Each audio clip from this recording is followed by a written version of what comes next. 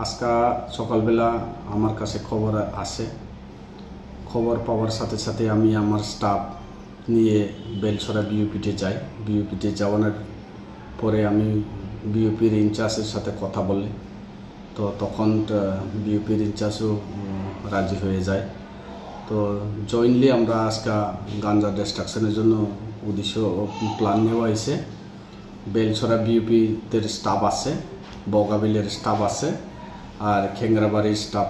আমরা 3 বিউপির স্টাফ মিলে আর আমার থানা মিলে টোটাল আমরা 46 TSR police personnel including women staff.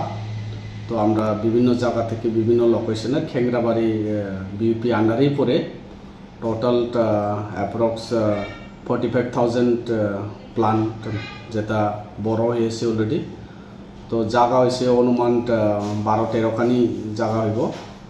তো ডিফারেন্ট প্লেস 13টা প্লট মিলে টোটাল এতটুকু গাঞ্জা সকাল 9টা টু 10টা 40 প্রায় 2 ঘন্টা ধরে আমরা এই অভিযানটা চালাইছি।